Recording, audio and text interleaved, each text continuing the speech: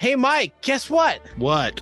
Mike, raging rivers, hungry bears, drastic avalanches, roaring seas, no matter how prepared you are, a walk in the woods can go from innocent to disaster in the blink of an eye. Yeah. When pushed to their breaking point, humans are capable of astonishing things that you would never thought of possible. Yeah. Listen to In the Wild as they explore the most heroic, terrifying, and phenomenal stories of real people who survived the unsurvivable. Learn what went wrong, what went right, and how you can make it out alive if the worst case ever happened to you. In the Wild podcast reviews on Apple include Love Your Podcast from Laura. It's scary how relentless nature can be. I always enjoy this podcast at work. It keeps me on the edge of my seat. Or how about we go with Hiker 0001? Good stories and good narration. I like when there are sound effects that add to the ambience of the story. In the Wild podcast on Apple Podcasts and everywhere you get your podcast downloads. Broadcasting across the nation from the East Coast to the West, keeping you up to date on technology while enjoying a little whiskey on the side, with leading-edge topics, along with special guests, to navigate technology in a segmented, stylized radio program. The information that will make you go, Pull up a seat, raise a glass with our hosts as we spend the next hour talking about technology for the common person. Welcome to TechTime Radio with Nathan Mumm. Are you on? Yeah, we're good. Welcome to Tech Time with Nathan Mumm, the show that makes you go, Technology News of the Week, the show for the everyday person talking about technology, broadcasting across the nation with insightful segments on subjects weeks ahead of the mainstream media.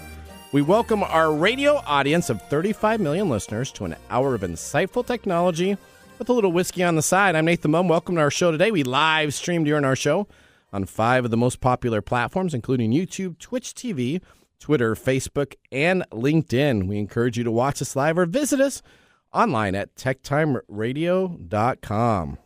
Tweet us today during the show at hashtag TechTimeRadio, and we'll do our best to respond to the tweets on the air. And you can also check out our new TikTok channel by looking for Tech Time Radio on the TikTok app. I'm your host, a technologist with 30 years of technology expertise, working for Fortune 500 companies across the country.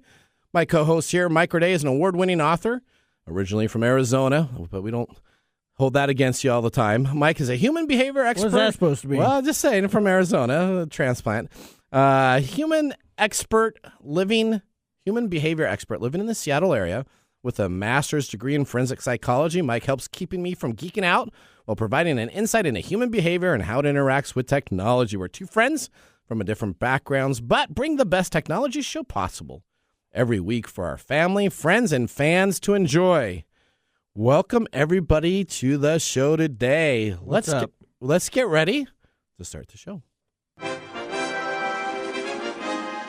Now on today's show.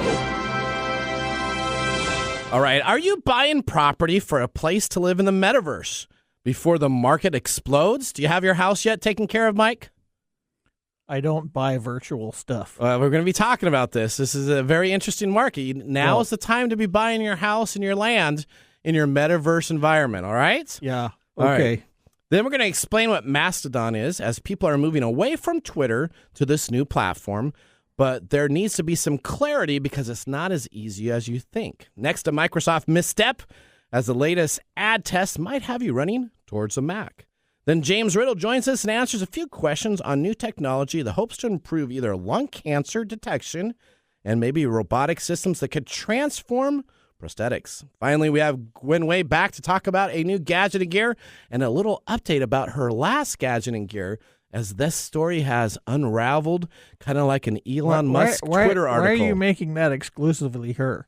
Well, I'm just saying it's a great story to talk about. Oh, okay. All right, this week, the technology fail is all about a failed firmware upgrade. In addition, we have our standard features, including Mike's mesmerizing moment, this week in technology, and a possible Nathan Nugget. As always, we have our pick of the day whiskey tasting during the commercials to see if our selected whiskey pick of the day gets 0, 1, or 2 thumbs up at the end of the show. So sit back, raise a glass, and welcome to Tech Time with Nathan Mumm. Now it's time for the latest headlines in the world of technology. What's happening in the world of technology? This is our top stories in the first 5 minutes. All right, story number 1. Twitter users jumped to Mastodon. We have our world reporter with an update on this story. And this week we have Mastodon gaining an enormous amount of users after the acquisition of Twitter by a certain, let's say, divisive billionaire. The platform gained almost 200,000 users in the day following the announcement that Elon Musk has completed the purchase of Twitter. If by any chance you don't know about Mastodon, it's basically Twitter, but built on the Fediverse model. You can create your own instances, and these can be federated to be linked to other instances, which lets you basically stick to communities you want to interact with, a specific hobby or a specific topic, or you can use it just like you would Twitter. Okay. All right. So you're lost. I saw you kind of shook your head there going, what the heck is going on? So let me talk about it. First off, I don't know what Mastodon. I've never heard of Mastodon. Well, Mastodon is huge right now. Is it now, huge? They don't do things like tweets. They do things called toots. Toots? So instead of when you tweet something out, essentially as you end up doing Twitter, it you tweets know, if out. it wasn't called Mastodon, I think it would be something else. Okay, well, they're called toots. Toot. So essentially your toot gets replied to, it gets liked and reposted. You can follow it's people. It's not something you smell. No, it's not something you smell. No. But it's very interesting because it's attracting so many people, and it's so confusing to sign up for. Is it really, though? Is 200... Oh, so it's increased 500% just since Elon Musk has purchased Are those Twitter. Significant numbers? Well, they have a lot of Twitter. high-end individuals that are moving to this. So you got a lot of celebrities that are moving to this. You could see maybe a Kim Kardashian or some of those people saying they're not going to want to be on Twitter anymore. And this is kind of the platform that's going to be kind of out there. Now, I kind of doubt that. But. Now, let me talk about it. There's all these servers. So they had that big word federated, right? So what this means is you can create. Okay. You're thinking Kevin Federer? Is that what it is? No. I'm just like, we all have these names for. Okay, so here's what. Think about it as a bunch of servers that are all connected together. Remember when you used to have... Like the internet. Well, no. Remember when you used to do this illegal thing called Napster and you used to share files? Yeah. So you loaded this application on a machine. Mm-hmm. And what happened is your hard drive ended up opening up and sharing out all of your music that you had to everybody on the internet, right? Okay. This is the same type of deal where everybody is a part of this large network, and you can just host up servers and you can take down servers. And they have servers with specific subjects that you want to talk about. So if you want to talk about sports, there's one that's sports that is specifically gets all your feeds that are sports related. Or if you have one that's music and you want to talk about music, you get all your feeds in there. But you can go across groups just like you could in Twitter, and you can follow people with hashtags. Instead of having one Twitter, it's like having a whole bunch of little Twitters. That's exactly correct. That they're called toots. Well, but when you post something, it's a toot. Now, Mastodon.online is the general server. So if you have mas.to is their second server, and mstdn.social is their third primary server that's out there that you create an account on and you join. And then what you can do is, just like anything else with hashtags, you can essentially follow people. Now, let's say you wanted to follow TechTime Radio on Mastodon. You would essentially look for the hashtag, same as Twitter, which is the # sign, right? Hashtag TechTime at mas.to, because that's the server I sign up for. Now, if you try to find Nathan Mumm, I signed up for this really early when it first came on out about a year ago, and you'd have to find me at hashtag Nathan Mumm at mastodon.online because I'm at a different server. Does that make sense for you? It doesn't matter if it makes sense to me or not. Okay. What matters is how complicated that sounds. So it's very complicated to sign up for. But this is very much like a dark web. This is how the communication. This is the dark web Twitter? It has a lot of similarities to how you communicate on the dark web. So it is a very standard format to set up for and to communicate back. So how many people jump to Mastodon to toot about Twitter? Well, they have over 3 million users. Oh, just 3 million. Well, that's not a lot, but it's not. You know what? People are looking for alternatives.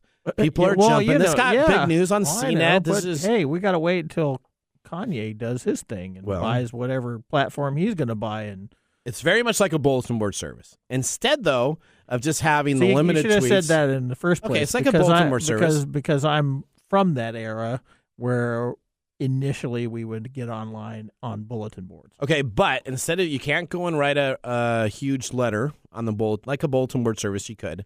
You're limited to your post to only 500 characters. Okay. Where Twitter has 280, this is 500 characters, so it's almost double that amount. But you can still post MPEG files, you can JPEG files up to 8 megabytes in size, and you can put MP3s, MP4s, all the way up to 40 megabytes. So you can put video, music, and pictures posted on it, and it stays on the platform itself. Okay. Are they aware that mastodons are extinct?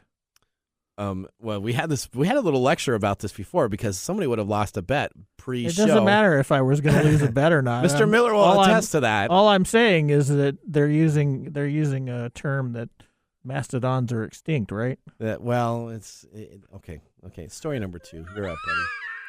Okay. You know, you like Zoom, right? I do like Zoom. Why? Well, I know when before the pandemic came out, yep, you were very much not liking Zoom. I did. I wrote them a nasty letter. You wrote them a nasty gram because of their security features. There was all kinds of things, and then you flipped over because the pandemic forced them to create different protocols, which they boofed at their security. I wrote the letter to them. Their vice president of a networking engineering contacted me. That's pretty cool. So it was pretty cool. And he gave me updates for like months after on security updates they were doing. Well, that's good. So what do you think about having a Zoom call in a movie theater? A Zoom with call? 75 of your buddies. In a movie theater? Yes. Why would you ask that? Well, because apparently AMC Theaters is partnering with Zoom to bring meetings to a theater near you. What? Absolutely. Isn't the whole idea about having a Zoom call that you can be remote? Well, apparently you can now be remote in a movie theater with your buddies and get concessions. So you're going to have a big corporate meeting? Zoom Rooms at AMC aims to offer a movie theater experience complete with snacks and refreshment to go along with your meetings. AMC Theaters has partnered with Zoom to transform select movie theaters into enormous video conferencing Zoom rooms. This came out on Monday. Okay. Which was yesterday. Wow. The service is designed to offer companies with decentralized workforces and customers a way to bring people from different markets together, quote unquote, for cohesive virtual and in-person events and meeting experiences. So I'm going to go there for a corporate meeting. I'm going to have my big boss up there talking, and I'm going to start throwing popcorn at him. I don't know. You can't go to an AMC movie theater in your pajama bottoms. You sure can't. So, or what if you could decide that you some people don't even like. I feel like this is sort of like a desperate attempt to regain some of the stuff they lost during the pandemic.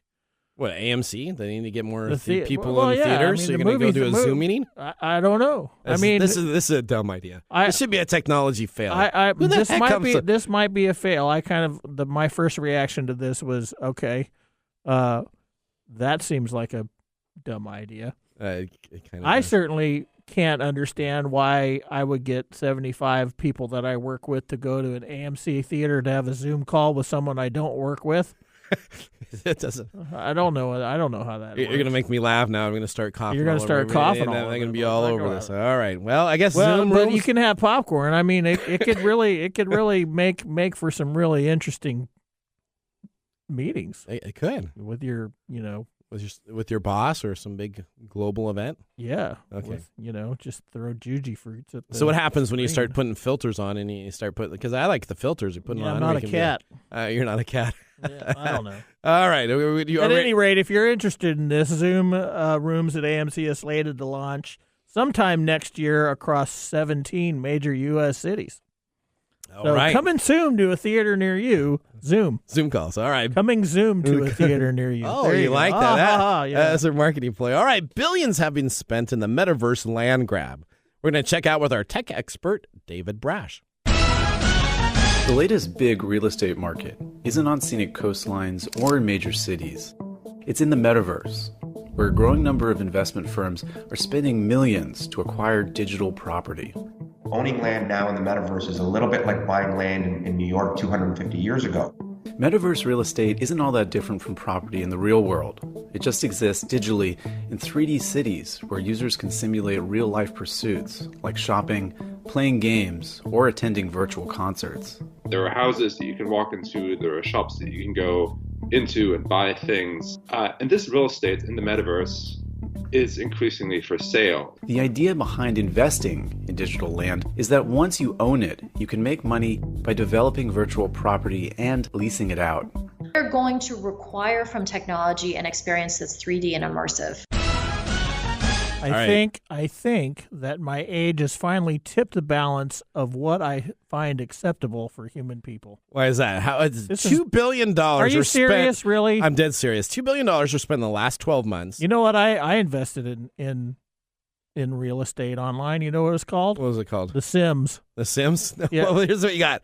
Voxel is one of a dozen of the virtual worlds that describes themselves as a metaverse. Now, metaverse is confusing because people only talk about the metaverse with that's because Zuckerberg, because he got that name Meta. Yeah, that's because Zuckerberg wants to pretend like he owns the entire virtual life. Correct. But until one platform starts to dominate, there are desperate worlds joining together, and companies are selling land and experiences on their own versions. I'm not sure how you can compare this to owning land in New York City years ago. Well, because isn't digital sort of mean that it's expansive and hang on here. Researchers at Metaverse Analysis, the DOP Radar, said that $1.93 billion worth of cryptocurrency was spent in the virtual land this past year alone, with $22 million on the spend for this upcoming year. Okay. Now, let's talk about it.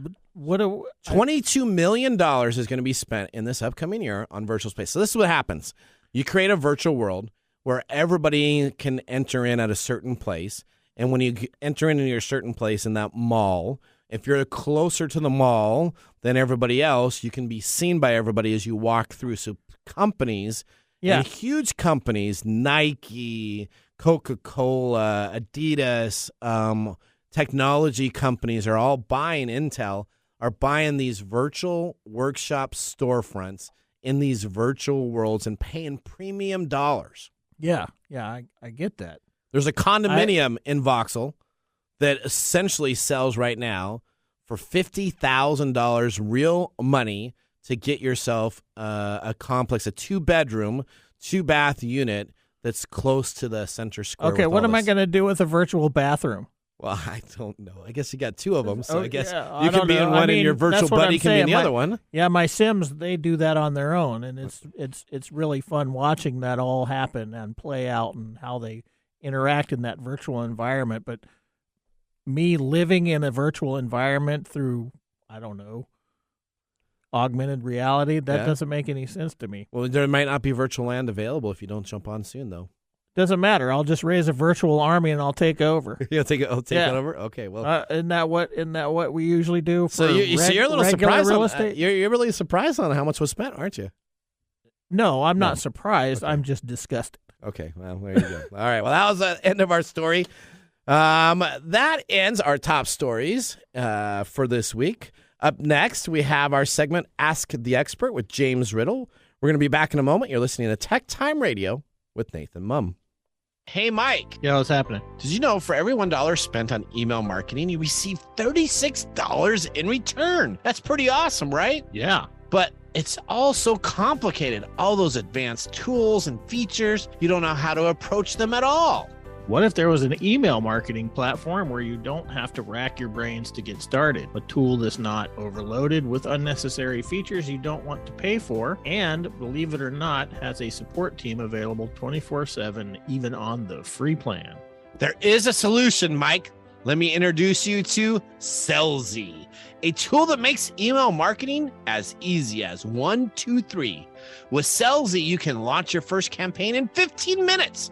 No coding required. A very easy to use, intuitive email builder with over 300,000 gifts and stickers to choose from, and 500,000 plus free stock images, a customizable countdown timer, and more. Create emails for any business goal, from e-commerce to nonprofits. Easily create automated email sequences for your business. Get 24/7 support via chat, email, and phone, even even on the free plan. Sellsy has just launched a special deal. You can now get a lifetime access to all Sellsy features for just $49. All the core features, unlimited emails, automation, segmentation, advanced analytics for the price of 10 lattes. Sellsy is the easiest way to start selling with emails. Try it now. Click the link in this episode description on TechTime Radio to get that special deal. No commissions or hidden fees. To learn more information, visit them at the simple and easy site to remember. Just go and visit Sellsy.com. That's SELZY.com. The easiest way to send emails. Welcome back to Tech Time with Nathan Mumm. Tech Time Radio is our weekly hour technology show that talks about current technology in a simple format without having to geek out. Brought to you by myself, Nathan Mumm, and Mike Corday. We just had our first whiskey tasting during the break, and now let me tell you about what we are sipping in our pick of the day. Today's show, we have chosen the Lismore Single Malt Whiskey, 80 proof, $26.95. The website states that the whiskey is from the Speyside region of Scotland with all the classic qualities of the region. Robust but also delicate, the fine balance of flavors combine to make this a malt whiskey, distinctive in both taste and character. Sherry, spice, and floral aromas and the flavors dominate this malt gentle Scotch, specifically selected mixture of 12 hand-chosen single malts. This is undisclosed aging, but under 6 years. We got 80 proof. The mash bill is 100% barley. And Mr. Gourdet, I think you actually added a little bit more during the break. Shh, we don't need to talk. We don't need to talk about that. Okay, so what do you think so far about this? I'm not going to say. You're not going to say? No. Why is that? Because you just outed me right here on radio. Well, Lismore's pretty good though, don't you think? So far? Okay, yeah, it's pretty good. It's good stuff. There's a reason why this bottle is already halfway drinking before our show started. Yeah. Did you do that before you got here to the studio? A friend of mine gave me this bottle, and this is very good. We did sip it a couple many nights ago. So there you go. All right, well, now that we got our whiskey out of the way, we have our medical and technology expert, James Riddle, joining the show. James is the Vice President of Research Services and Strategic Consulting at Advarra. Let's welcome James to our video stream to start our next segment. This is a segment we call Ask the Experts. All right, James. James, Hey. welcome to the show today. Hey, when I tell you what, when I buy my metaverse apartment, it's going to have 5 bathrooms. It's going to have 5 bathrooms, not 3 or 2. So he's going to be better than us. Does that mean it's going to fit like a glove? It means I can virtually go wherever, and somebody's going to come virtually clean it up, right? That's right. I don't know. I don't know what that looks like. I don't know, but hey, let's tell you, James, you better get going because some of these metaverse areas now, you're going to have to buy a property all the way out in the sticks. I have to ask this question. What's that? I did. Yeah. Yes, I did. See, Yes, I didn't even have to. How much have you bought so far? I have a 5-acre lot. Okay. What? And I haven't built anything on the house because I have to buy my own. You have to buy the house. Yeah, you have to buy currency in the deal to buy the house, but I have a lot. Okay. Okay, so I'm gonna get on. So WoW. if you need get to on WoW and mine gold and then you're gonna transfer it and okay, all right, okay. whatever. All right, James. Okay. So for those that are new to the show, tell us a little bit about your background and why you enjoy so much joining us on Tech Time. So my background is in research. I've been around doing human subject research type activities since the latter part of the 20th century before we had metaverses. And I just thoroughly enjoyed the idea that we can conduct experiments, look at what's going to work better for us, improve our lot in life, and just advance medical research forwards. And so I like being on the show because we get to joke around about stuff. And it's fun to read these articles and stay in touch with what's going on out there in the world of technology. All right, so let's go to story number 1. So I had James and I communicate an email. I do all this, right? Yep. So I sent him a bunch of stuff. And I sent him something this morning. I said, let's talk about that. And he's like, oh, my gosh, I haven't even researched this yet. I'm like, okay, you got 4 hours. Let's go, buddy. But I'm not going to ask you about that, James. That's for next time. All right. So here's what we got. We got advanced new sensors could transform prosthetics and robotic limbs and pioneering a project to develop advanced pressure sensors. Tell us a little bit about this and what this research is doing. Yeah, so this is really, really cool in the world of prosthetics. If you think about your traditional prosthetic, it's designed to support you, to physically be able to grab, or maybe to just tug or to latch onto. But we've all seen movies of places where they've got really sophisticated prosthetics, Star Trek, Star Wars, etc. Well, iRobot. There's a group of researchers over in Scotland that have figured out how to integrate this really sophisticated 3D pressure sensing technology into a prosthetic. So you can, for instance, grab a pen and you can put your fingers on it, the prosthetic fingers, and you get the sensation of the pen coming back to you through the prosthetic, which is going to enable people to not just have prosthetics to get by, but to really improve and potentially even be at some point better than the real thing, as far as strength, etc. Because while you can have really sensitive touch in the prosthetic, you can also build in things like crushing something that you wouldn't normally be able to do with just your own regular human bone and flesh. So really exciting, early stages, but the advancement in prosthetics has advanced a lot in the last 5 years, and really encouraging results to see these new materials being integrated into the prosthetics to help folks who've lost a limb or have some other kind of disability or injury. Okay, so just think about this. Any avatars coming out soon, Oh, right? I'm already thinking about it. It would be nice, because that's the one thing that must be very difficult. I don't know, because I don't have a limb that has been severed, and I have that. But when I punch the wall, or I hit my hand with the hammer or anything like that, and I get pain in my hand, that really hurts, and it kind of sends a signal back. Even though it may be a painful item, there's at least that sensory there. And if you have a prosthetic, you probably don't have that ability. You don't have that ability to get that same feedback. Yeah. That's true. Okay. I think the most interesting piece is that's, with this technology, somebody can pick up an egg and it will feel like an egg. Well, not feel like an egg, but if they're getting sensory reception back that says this is a fragile object, then they will equate to the pressure that you're putting on that object. That makes sense. Our sense of touch is very important, attuned to that. Yep. All right. Next question we have here for you, James. We have a new stamp size ultrasound adhesive device that delivers clear images of the heart, lungs, and other internal organs as MIT engineers develop ultrasound stickers. Tell us a little bit about this. Yeah. So the first of all, the folks at MIT are just flat out brilliant. They're very, very bright folks. And if you think about, you watch a TV show, somebody goes in and gets an ultrasound that they're pregnant, right? They've got the little device that they squirt the jelly on the lady's tummy, and they kind of rub the device around, and you can see the kiddo inside, right? Well, they use ultrasound for lots of things. They use ultrasound to be able to see organ damage. You can use ultrasound to be able to see inside various aspects of your body. It's not just for the seeing the fetus and taking the cool picture. So the challenge with ultrasound, though, is it takes a technician to stand there and jiggle the little device to be able to get to the point where you can see things.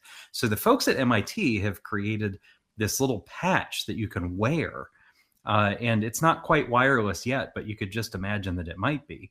And you essentially put this patch on your body, and it does the ultrasound while you're walking around, maybe while you're at home, so that the researchers can see what in the world's going on with inside your body in real time as it's happening. And you don't have to be laying on the table with the technician squirting gooey gel all over you. So it's not ready for prime time yet, but I have to imagine that particular technology is going to have a lot of uses in the medical field. So really encouraging to see them getting to the point where they're testing that in the human world. Does this have a wide range of? I mean, I'm talking about in relation to the size. It's the size of a stamp. Yeah, it's the size of a stamp. And it at the moment, my understanding from reading the scientific papers on this is that they haven't quite got the Wi-Fi connected yet. But you could picture it it's not too terribly hard to put a Wi-Fi transmitter into all kinds of different things. And so as long as you have a powerful enough signal, you could be detecting what's going on with the ultrasound picture. Maybe watch maybe you've got a lung injury, but you need to be up and walking around, or maybe it's intermittent, or something's going on where you might just want to have that on and take a full on scan for a while, for a couple of hours at home, without having to sit on the on the ultrasound chair. That could wirelessly transmit to a receiver in your house and then upload the images back to your medical providers at the hospital or tertiary medical center, and they could read them and figure out what's going on with you. Cool. That's pretty cool. That's fantastic. Yeah, so these are what I find useful for technology. This is what I whenever James is on the show afterwards, Mike's like, "Oh, that's what technology is good for." Instead of us talking about people getting hacked all the time. There's so many. I mean, I sometimes come across as a technophobe, I think, but I find some of this to be absolutely mind-bending. Yeah, that we even bother to talk about this. Okay, that makes sense. Yeah, that makes sense. All right, here. This is a great one. In August 3rd's edition of the journal's Nature, it seems the team has developed a cell-protective fluid to organs and tissues. The researchers restored blood circulation and other cellular functions in a pig a full hour after its death. Is this finding a way to extend the health of human organs during surgery with this new technology? Yeah, absolutely. The folks up at Yale have really pushed this forward. They're not the first ones who have experimented with how do I replicate what we see in nature, where somebody, like you hear about people falling into the ice water or into the frozen lake, and an hour later they pull out and get resuscitated. Where if the same person fell into the warm ocean down in the Caribbean, they'd be dead in like 3 minutes. Because if you think about what does death really mean, like in the physical biological sense, not in the metaverse sense or in the spiritual sense. But if you think about what death really means, it's the breakdown and ceasing to function of your cells. And that happens at various rates once you stop having blood pumping through your body. And so if you can take the cell and be able to slow down the rate of death, you can resuscitate folks for after long periods of time. That's why they take really seriously injured people when they put them on ice to take them to the hospital, because the cold will help preserve the cells. Well, what the folks at Yale have figured out is hopefully some method to do that without the cold element to it, as be able to inject this particular compound into a person who's been deceased, maybe seriously injured, maybe they were injured on the battlefield, maybe they fell off a cliff, who knows?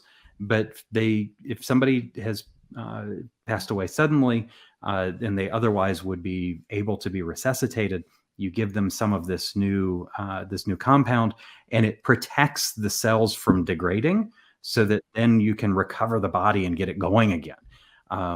Huge implications for all manner of different battlefield emergency research.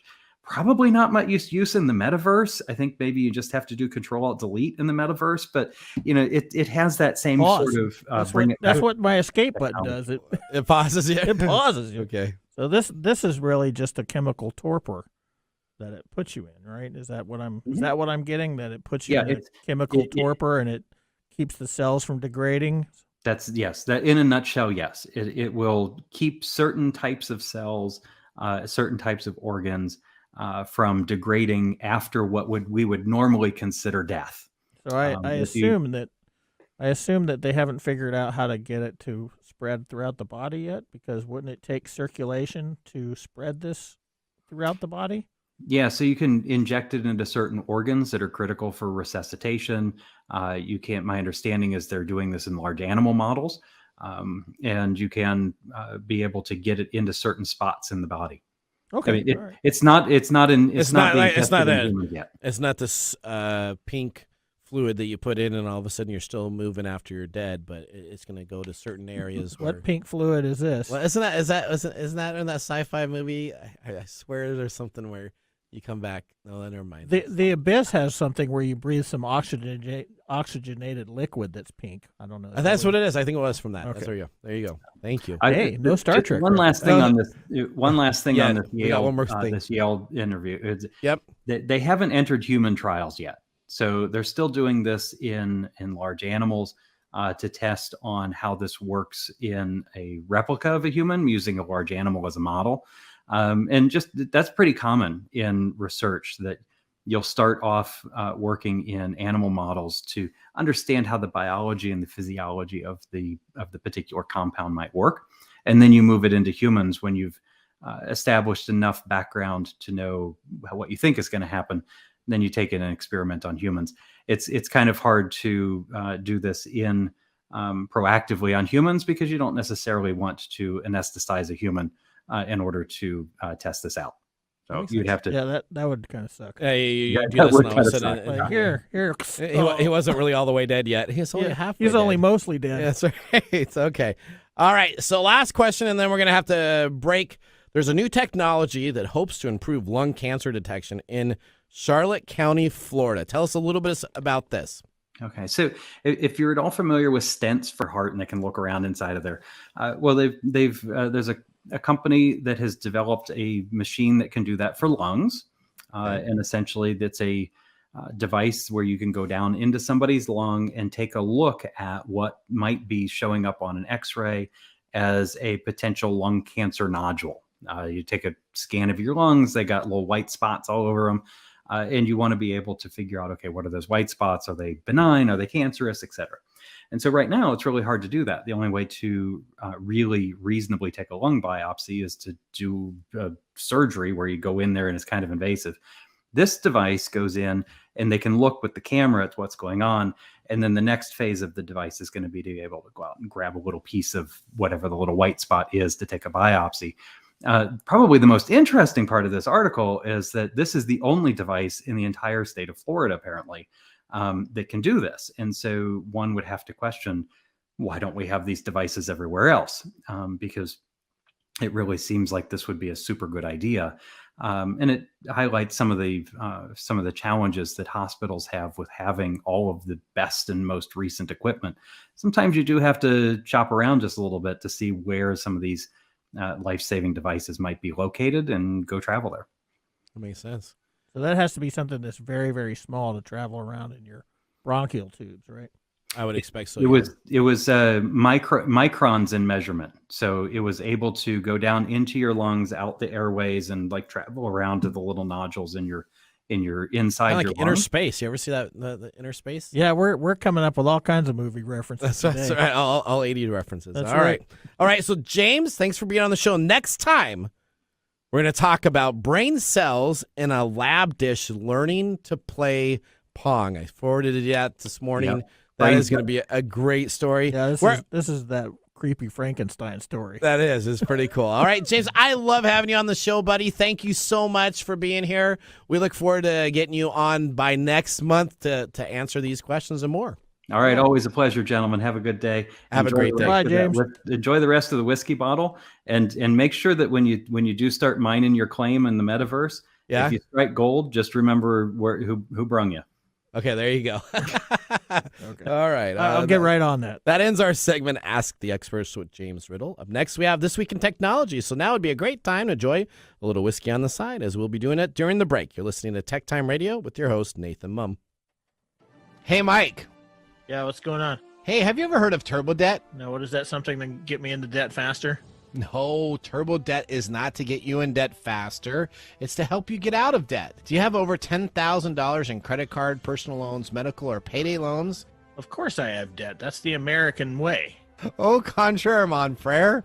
Turbo debt will give you the option to break the debt cycle and start putting money in your pocket. That's awesome. Over 70% of Americans die with credit card debt. Do not let this happen to you. Turbo debt will give you an option to break the debt cycle and start putting money in your pocket. That's awesome. If you have over $10,000 in credit card debt and personal loans, medical or payday loans, they can help. Go to turbodebt.com/TechTime. Again, that's turbodebt.com/TechTime, all capitalized, for a free consultation today. TurboDebt is a proud sponsor of this week's episode of TechTime Radio. And now, let's look back at this week in technology. All right, Mike, we're going back to November 6, 1980. IBM and Microsoft formally signed a contract whereby Microsoft will create an operating system and development for the IBM PC. Dun, dun, dun. During the summer of 1980, IBM was originally interested in licensing the popular operating system, but was unable to come up with an agreement with Digital Research Labs. That led IBM to ask Microsoft if they could develop an operating system similar to the CP-M. Microsoft was already working on one when IBM came and asked them regarding the basic programming language. And essentially, this was called QDOS, a quick and dirty operating system. Now, Microsoft suggested to IBM that QuickDOS could be the IBM's PC operating system, but IBM asked Microsoft to continue using their operating system and license it for further development, which led to the contract on November 6, 1980, that allowed Microsoft to sell their operating systems to other hardware. Now, this is the key here. This is the deal with the devil right here. This is it. So IBM never thought software was going to be important. They always thought that they had hardware. They didn't want to spend time in developing software, so they figured that was just kind of something in the side that they didn't have to worry about as long as they had the best hardware available. This guy by the name of Bill Gates and others, it wasn't just him, it was many others also, said, you know what?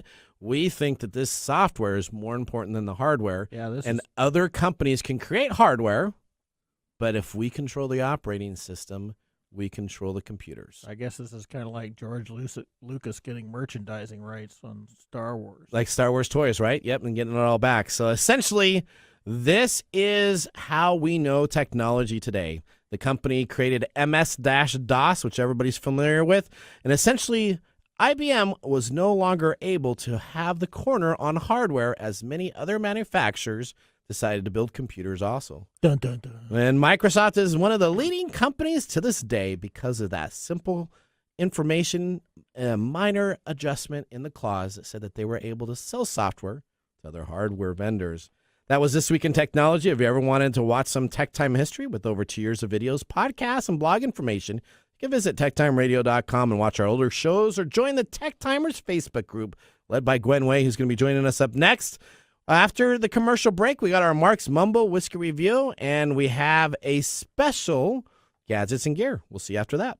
Tech Time Radio is brought to you today by Nutility, the platform that makes utility management seamless by selecting your service providers, splitting a single bill amongst roommates, and then shutting off your service when it's time for you to move out. Nutility reviews your preferences and sets up all the utilities for you. This provides you with the best local provider in your service area. It's much easier than splitting up your bills between roommates. No more late Larry, not being able to get to you on time to make the payments, and no more Venmo charges or PayPal charges. One place to do your billing so that everybody pays on time. Now, how can you use this great service from Nutility, you ask? Aha! Well, you can absolutely get it now and get 3 months for free. That's correct. If you go to Nutility.com, again, it kind of sounds like utility, but it's Nutility.com. Use the tech code 3, and again, that's NUTILITI.com. Get your first 3 months for free using the code TECH3.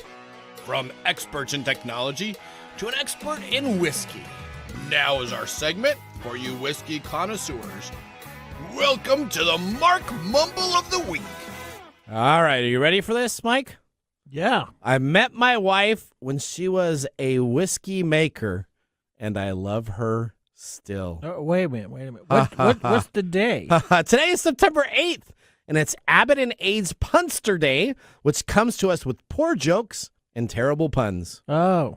All right. It's a celebration dedicated to laughter and make each other laugh with jokes, puns, and pranks, no matter how bad. We should call this National Nathan Day. I don't know about that. Mark, that was not so nice. You know how a joke becomes a dad joke? How's that? When it becomes a parent. All right, here we go. Marc's Mumbles. The name of Lindy has been synonymous with the business of whiskey brokering for generations and has a trading roots dating back to 1904. The Lismore range of Speyside single malts and blends was originally named after the inner Hebridean island sandwiched between Mull and the mainland. Although 2 illicit stills have since been found on the island, there is no record of legal whiskey distilling ever having taken place. All right, so this is our Lismore single malt whiskey. What are you thinking of it? Oh, I like it. You liking it so far? Yeah. I think, Mr. Miller, what are you thinking about this? It's very slowly building on me. It's building. I mean, you were anti. When I came on in the studio today, you were like, "This is going to be like the worst whiskey. I hate this whiskey." There was a lot of red flags when I took a whiff of it before I drank. It's like, oh, there's that reminiscence of like that harsh bitterness that I typically get from a Scotch. So I was really kind of thumbs down at the beginning, but that's starting to change. Yeah, You're not a Scotch guy, are you? Nah. All right, well, here we go. Let's get ready now to start our next segment. What's new in our gadgets and gear? Hey, all right, we got Gwen Way joining us on the show. Gwen, welcome to the show. Glad to be back. Slightly disappointed that I'm not there for the Scotch because, unlike the other Nathan, I am a Scotch girl. So. Oh, this is good stuff too. This is good stuff. Yeah. The bottle was halfway empty before we head into the studio today. I feel like the bottle was pretty full before you got to the studio. Oh, a little bit early pre-studio work. All right, well, Glenn. And now it's going to be got empty before you leave. That's right. We got some scandalous news going on in Kickstarter with our last gadget that you had on. Tell us a little bit about what's going on. Exactly. Well, let's go ahead and jump into it. We spoke about Luna a month ago, and everybody was really excited about this cute little robot. We're still excited about it, but there are some things that may necessitate changes on their part. They have basically been served with a copyright infringement, based on robots Vector and Cosmo. Apparently, the expressions and the sounds that they make are the exact same as Luna.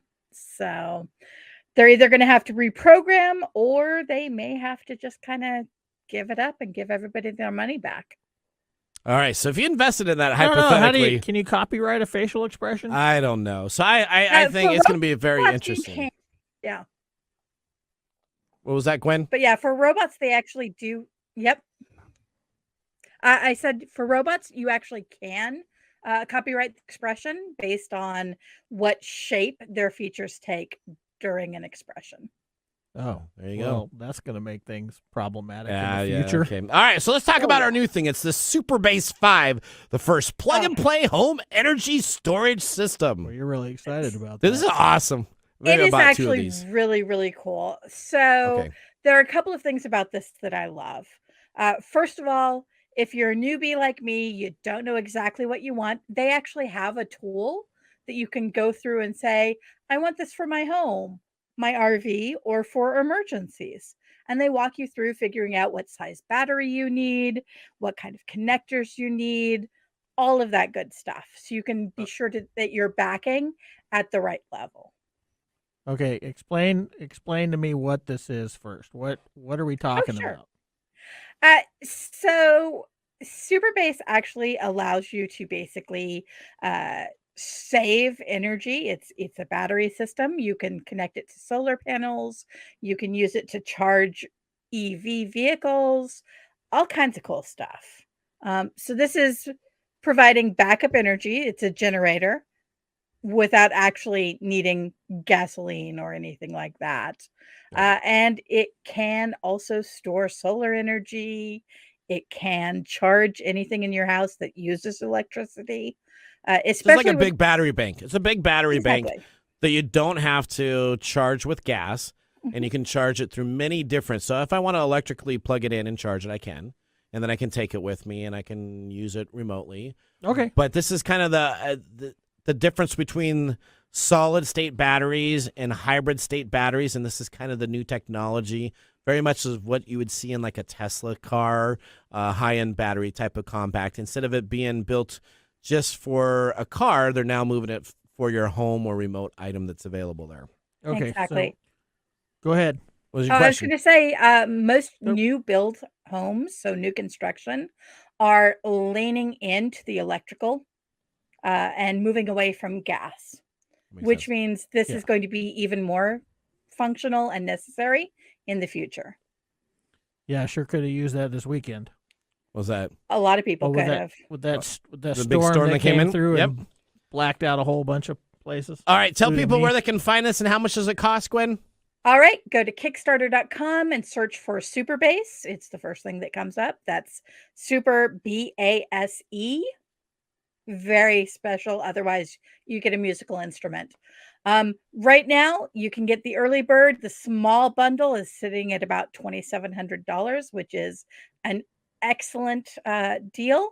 And it is good until the 19th of November. So All right. jump on in there. All right. Thank you so much for joining the show, Gwen.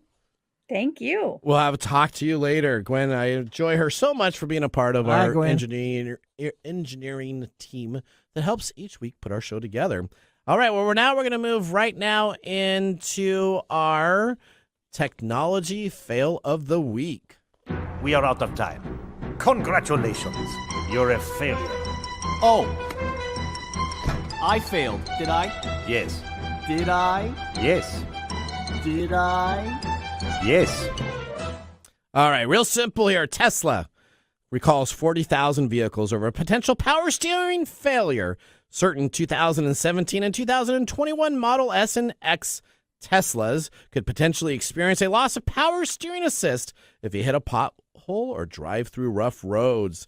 The firmware release updates the calibration values of the vehicle, but if you do not get it, then you have a chance of hitting a pothole and having your wheel veer to the far right or far left upon hitting. So, to make sure that you have the over-the-air activation firmware that upgrades the 22.36 from October, make sure you go visit any of your Tesla service centers so you can make sure that your firmware has been installed. Well, that's going to get us right now into our Mike's Mesmerizing Moment. This is Mike's Mesmerizing Moment, presented by StoriCoffee. Visit StoriCoffee.com. All right. What am I going to talk about today? So I got a question for you. You have a Windows 10 PC, right? We didn't get to talk about this completely on the last deal. Why have you not upgraded to Windows 11? I don't need to. Okay, and why is that? Well, because my tech friend says it's a bunch of bogus pile of poo. Okay. And it is unnecessary too. One of my computers is not capable of upgrading. It's not capable of upgrading. So you realize if you did upgrade to Windows 11, every single time you would go down to hit the start bar to close your Windows, you know what it would come up with now? An ad to sell you OneDrive memory that is available there. So essentially, OneDrive is your backup area. If you go and click on it, that makes my choice that much easier. So Windows 11, all these ads are now coming on up where they put it in the File Explorer, where they put it in all across the whole operating system itself. So Windows 11 is like bloatware advertisement for Windows when Windows 10 works sufficient for everything that you need to have taken care of. Okay. All right. So what's your question? So what are you going to do in the next couple of years? Are you going to upgrade or are you going to stay where what you're at? Well, I personally cannot stand intrusive advertising things. It doesn't matter where it's coming from. I hate junk mail that comes to my physical address. I hate pop-ups that come up on my web searches. I don't know why we persist in allowing it to happen, but that's just sort of human behavior. That we kind of, it's just something we have to live with. I don't want my computer constantly prompting me to buy other stuff for my computer. Okay. So I'm going to stay with my thing that works until they create it so it doesn't work, and then I'm forced to go up to the next grade, which is going to happen at some point because that's how we are currently coerced into buying things. All right. Okay, that makes sense. All right, let's get our whiskey review for the Lismore Single Malt Whiskey, 80 proof, $26.95. Mike, what are you going to give it? Thumbs up. Thumbs up. All right, Mr. Miller? A surprising thumbs up. It doesn't really change my perspective on Scotch quite yet. Okay. And I'm going to give it a thumbs up also. I thought it was a very smooth taste. I really enjoyed it a lot. Yeah, it's good. Well, Mike, we're about out of time. This ends our episode. Now, you can always go to TechTime Radio and click on our Be a Caller and ask a question on technology. And it's our talkback recording system. This is the newest thing for radio. So go and talk back, ask us a question, and we'll answer it on the air. You can also stay connected by signing up for our newsletter. And also you can go to TikTok and download our app. Now, remember, the most important part of the science of tomorrow starts with the technology of today. Bye-bye. Thanks for joining us on TechTime Radio. We hope that you had a chance to have that moment today in technology. The fun doesn't stop there. We recommend that you go to techtimeradio.com and join our fan list for the most important aspect of staying connected and winning some really great monthly prizes. We also have a few other ways to stay connected, including subscribing to our podcast on any podcast service, from Apple to Google and everything in between. We're also on YouTube, so check us out on youtube.com/techtimeradio, all one word. We hope you enjoyed the show as much as we did making it for you. From all of us at TechTime Radio, remember, mum's the word. Have a safe and fantastic week.